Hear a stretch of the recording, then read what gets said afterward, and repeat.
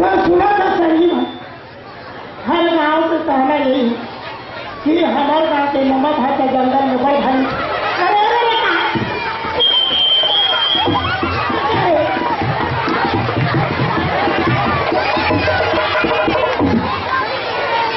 वो भालू है कोई नहीं चाहते मैं नहीं होगी गांव में गली गली में यही काम करता हूँ लेकिन सबसे मन से और जानवर में ही फर्क होते कि जानवर के परिवार